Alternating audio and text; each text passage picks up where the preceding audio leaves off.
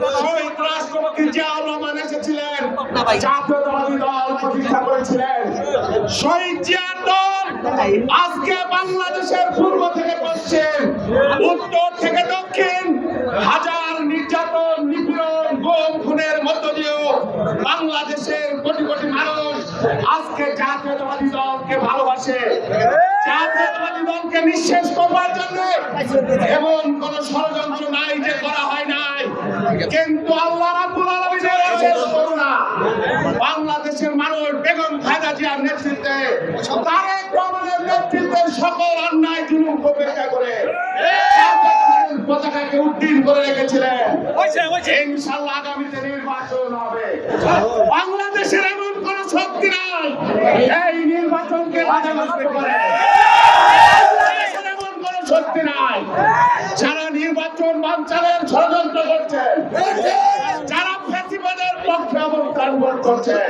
হুঁশিয়ার উচ্চারণ করে বলতে চাই, সাবধান হয়ে যান। আমরা ট্রেনিং জমা দেই নাই বানচালের জন্য, নির্বাচন বানচালের জন্য। কেউ কোন অপচেষ্টা করলে আমরা সমুচিত দেবার জন্য হাজার হাজার নেতা। আমি আর বক্তব্য দীর্ঘায়িত করবো না। প্রতিষ্ঠা বার্ষিকী উপলক্ষে সদরপুরের সকল নেতা কর্মীকে শুভেচ্ছা জানাই।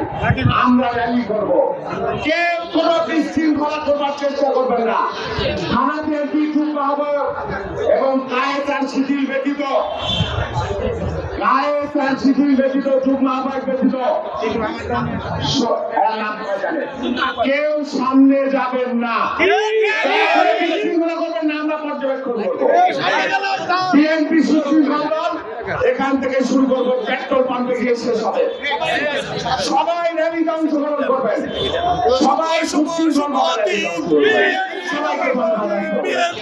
বন্ধুরা, সবাইকে আমার অন্তঃস্থল থেকে আন্তরিক কৃতজ্ঞতা অভিবাদন জানাই। প্রিয় বন্ধুরা, এই সংক্ষিপ্ত সমাবেশের প্রথমেই আমি স্মরণ করতে চাই বাংলাদেশের বহুদলীয় গণতন্ত্রের প্রবক্তা, বাংলাদেশের গণতন্ত্রের অগ্রযাত্রার মহানায়ক, বাংলাদেশের কৃষি বিপ্লবের মহানায়ক, বাংলাদেশের মুক্তিযুদ্ধের ঘোষক, বাংলাদেশের রণাঙ্গনের একজন যোদ্ধা শহীদ রাষ্ট্রপতি জিয়াউর রহমানকে, যিনি আজ থেকে ৪৭ বছর পূর্বে বাংলাদেশের মাটি মানুষ বাংলাদেশী জাতীয়তাবাদের ভিত্তিতে দল প্রতিষ্ঠা করেছিলেন।